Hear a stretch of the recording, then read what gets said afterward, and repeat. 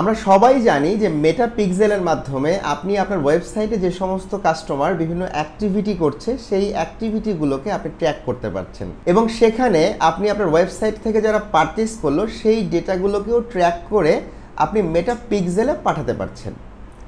But বাংলাদেশের ক্ষেত্রে অনেক ক্ষেত্রেই দেখা যায় যে অনেক ওয়েবসাইটের ক্ষেত্রে 50% ওয়েবসাইটে অর্ডার হয়, 50% কল, মেসেঞ্জার, হোয়াটসঅ্যাপ এবং অন্য চ্যানেল, যেমন আপনার যদি একটি শপ থাকে সেখানে এসেও অনেকে পারচেস করে। এই রেশিওটা অনেক ক্ষেত্রে 50-50, অনেক ক্ষেত্রে 70-30, 60-40 এই রেশিওতে হয়ে থাকে বাংলাদেশের ক্ষেত্রে। যেহেতু আমাদের দেশে এই কালচারটি রয়েছে, সো আমরা চাইলেই আমাদের ওয়েবসাইটের ডেটাগুলোকে ট্র্যাক করতে পারলেও আমাদের অন্য চ্যানেল যেমন কল, মেসেঞ্জার কিংবা হোয়াটসঅ্যাপের মাধ্যমে যেই কনভার্সনগুলো হলো সেগুলো আপনি কিভাবে ট্র্যাক করবেন।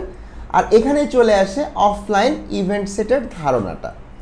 আমরা জানি যে মেটা পিক্সেল কোনো একটা অ্যাড ম্যানেজারের সাথে কানেক্টেড থাকে এবং এই মেটা পিক্সেলের তথ্যগুলো ওই অ্যাড ম্যানেজার ইউজ করার মধ্য দিয়ে এই অ্যাড অ্যাকাউন্টে আমাদের যে ক্যাম্পেইনগুলো চলে সেই ক্যাম্পেইনগুলো অপটিমাইজ হয়। তার মানে যত বেশি ডেটা আপনি অ্যাড ম্যানেজারকে দিতে পারছেন তত আপনার ক্যাম্পেইন অপটিমাইজ হওয়ার পসিবিলিটি বেশি থাকে। বাট আপনার এই যে কল কিংবা মেসেঞ্জার কিংবা হোয়াটসঅ্যাপ এসবের মাধ্যমে যেই কনভার্সনগুলো হচ্ছে সেই ডেটা তো আপনি পিক্সেলের মাধ্যমে পাস করতে পারছেন না। তাহলে আপনার যদি 50% কাস্টমার কল, হোয়াটসঅ্যাপ কিংবা অন্য চ্যানেলগুলোতে কনভার্সন হয় তাহলে আপনাকে এটা মানতেই হবে যে 50% ডেটা আপনি আপনার অ্যাড ম্যানেজারের সাথে কানেক্ট করতে পারছেন না এবং কনসিকুয়েন্টলি এই 50% অপরচুনিটি আপনি মিস করে যাচ্ছেন, কারণ ওই 50% ডেটা আপনি আপনার অ্যাড ম্যানেজারকে ফিড করতে পারছেন না। আর এখানেই চলে আসে অফলাইন ইভেন্ট সেটের ধারণাটা। অফলাইন ইভেন্ট সেটের মাধ্যমে আপনার যেই কনভার্সনগুলো কল, মেসেঞ্জার, হোয়াটসঅ্যাপ কিংবা আপনার শপে এসে কনভার্সন হচ্ছে সেই ডেটাগুলোকে আপনি আপনার অ্যাড ম্যানেজারে ফিড করতে পারছেন। আমরা একটু দেখে আসি স্ক্রিনে যে অফলাইন ইভেন্ট সেট কিভাবে ক্রিয়েট করতে হয়, কিভাবে অ্যাড ম্যানেজারের সাথে অফলাইন ইভেন্ট সেটকে কানেক্ট করতে হয় এবং অফলাইন ইভেন্ট সেটে কিভাবে ডেটা ফিড করতে হয়। চলুন দেখে আসি। সো আমরা স্ক্রিনে দেখতে পাচ্ছি যে আমাদের এখানে ডেটা সোর্সের ভেতরে অফলাইন ইভেন্ট সেট নামে একটি অপশন রয়েছে এবং আমরা যদি এখানে অ্যাড করি সো আপনি দেখতে পারবেন যে এখানে ধরুন আমি একটা নাম দিচ্ছি যে টেস্ট অফলাইন সেট। সো আমি ক্রিয়েট করলাম এবং আমি ক্রিয়েট করার পরে এটাকে কোন অ্যাকাউন্টে আমি কানেক্ট করব সেই অ্যাকাউন্টে আমি কানেক্ট করে দিলাম। Very nice.